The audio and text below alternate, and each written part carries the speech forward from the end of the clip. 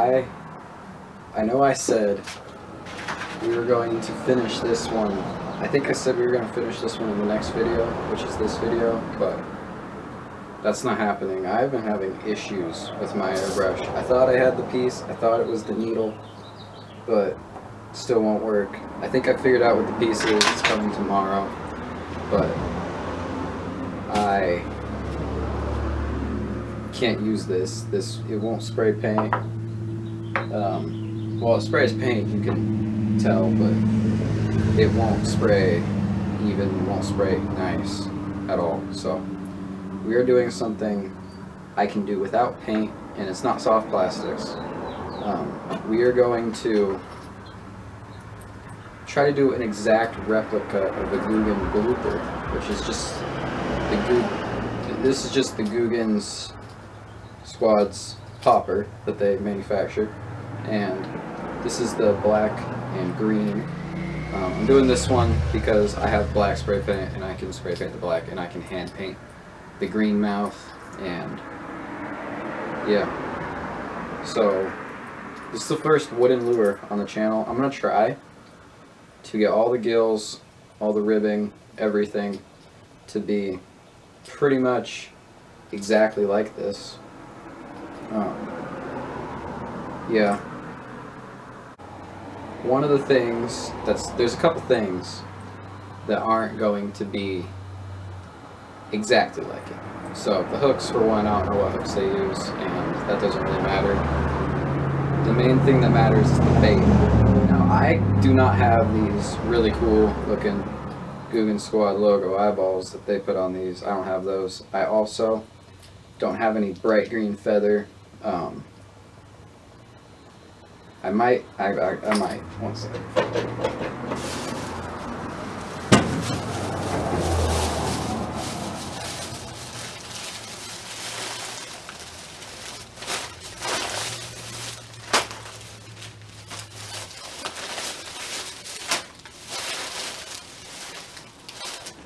I have this stuff. I don't know if this is like feathers or something. Yeah, no, that's not. That will just fall off the hook and I won't have anything on the hook. I'll probably do like a silver tail or something. This green is kind of close. It's not perfectly matched, but it's close. It's as close as I can get. I might be able to mix another color in with this and try to make it a little brighter, but I think this is as close as we're gonna get. But yeah, it's gonna be made out of wood. We're also going to see if the wood in one has a better action than a plastic popper. That's also another part of this video. Yeah, let's go downstairs. Okay, so the first thing we need to do is figure out what wood we're going to use. I don't want to use balsa because I don't want to do a line through or through wire. I don't want to use cedar because it's kind of annoying to use. So I think I'm either gonna use poplar, which is what this is, or pine. I don't see any pine anywhere though.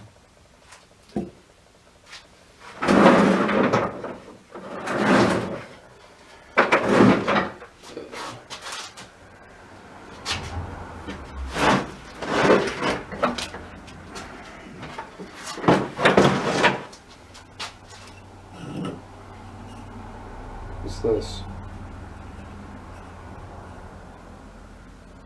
I thought I had skinny pieces that would match the width of this popper. See, this is cedar. It's like the perfect width, thickness, but I don't want to use cedar because it's annoying to work with. It's annoying to carve. I might have to use this because I don't want to waste a bunch of poplar trying to get it skinny enough.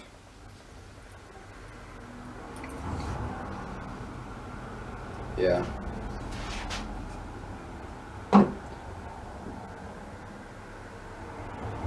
I'm gonna use this block of cedar.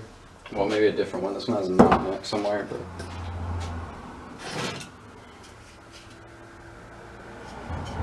we're gonna use this piece.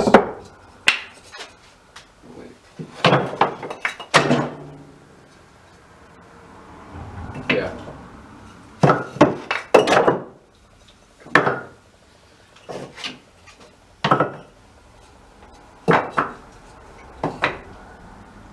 This piece of cedar, not poplar.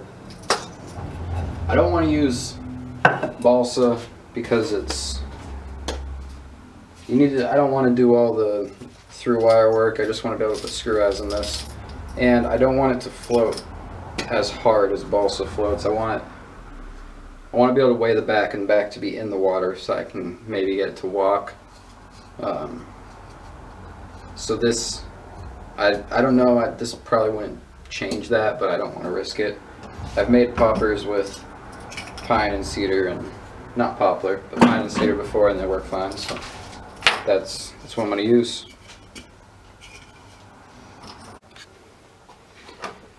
Okay, so first we have to mark out the profile of this popper, because it's got a very specific shape to it. It's not just round. It's got the bottoms comes up more at the back than the top does, and I want to try to get that as much as I can.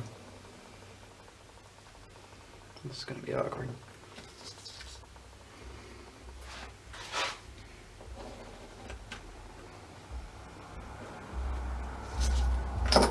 I don't really need all those bumps right now. I'm not going to have those during the initial sanding and shaping. All those bumps, all these ribs on the bottom are going to, all those ribs are going to be on there when I get it all smoothed out and I start doing carving. So I don't need to mark those out on the original, just getting it to shape squared up.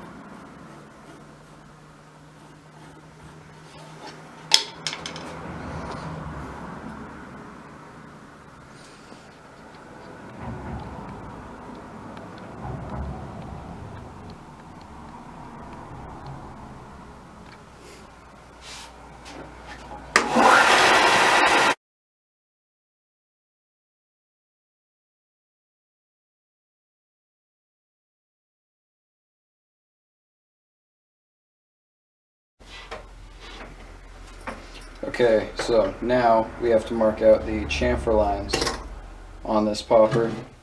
This is a pretty round bait, but I noticed that towards the head, the bottom is a little fatter than the top. I'm just going to leave the head pretty square, and around where the eyes are, I should mark that out, is going to not get carved down quite yet, because there's that extra hump by the eye that I need to keep there.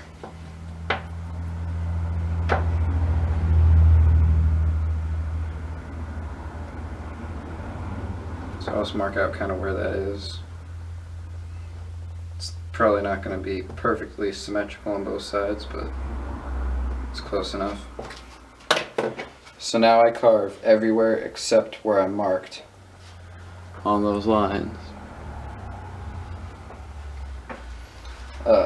So now I'm just going to take my pencil and my finger and go down the bait.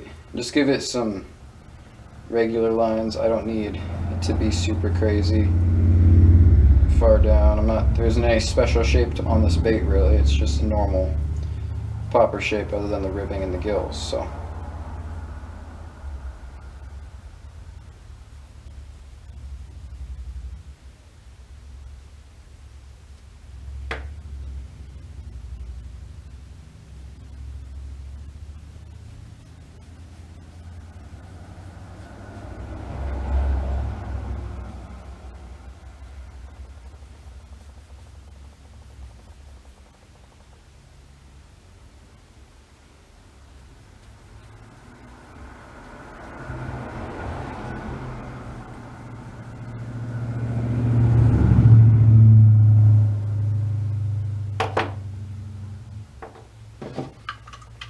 now we carve it.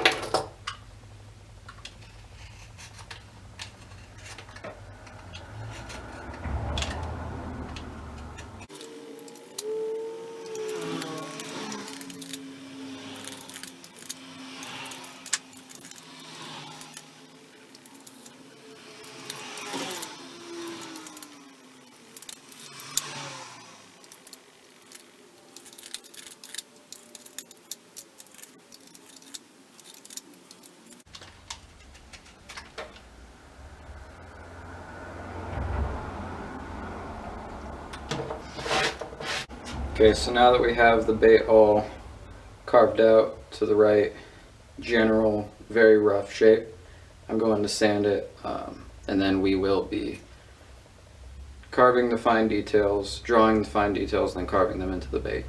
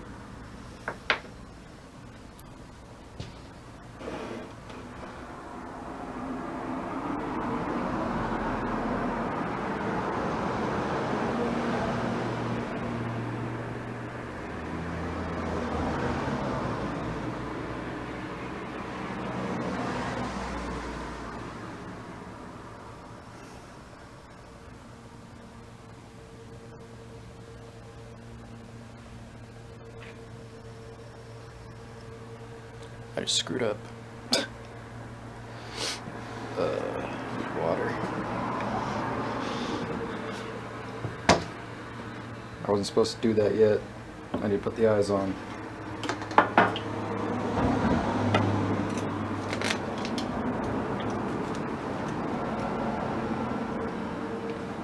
Some water on it.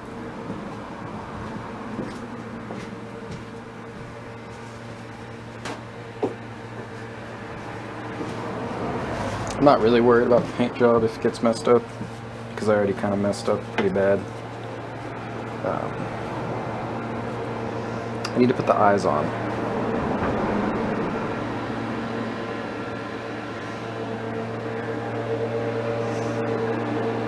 It's like, I just need to get majority off. It's not that big of a deal.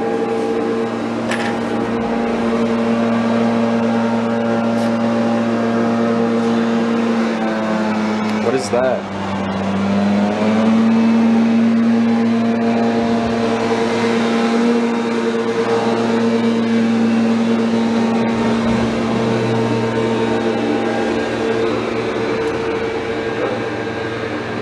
Don't stick to it. Where'd it go?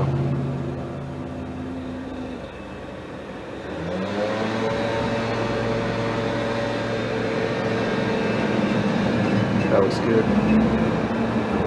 Let's get the other side on there after I make sure this is seated.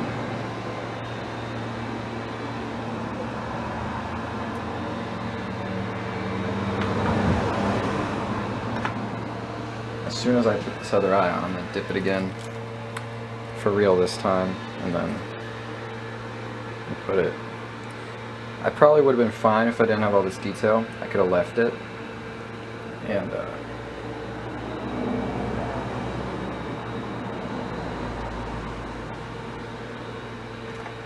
I could have left it, but one second, I need another towel.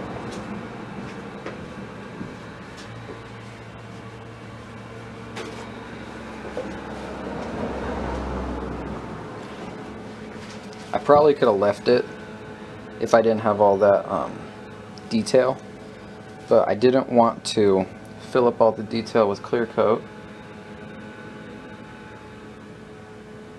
And then, oh, come on.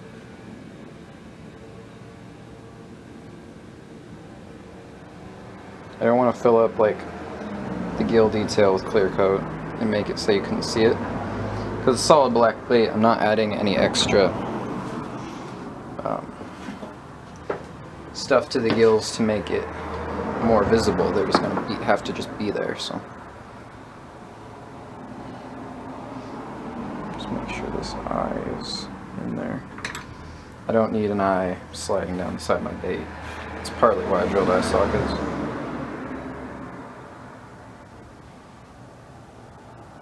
Okay, I'll let this hang for like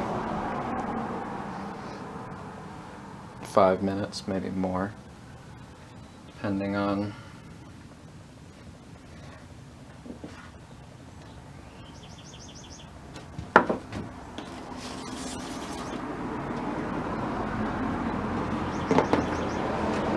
this is a Lumalite UV resin, by the way. That's what I'm using for clear coat. You put in a, here, one sec.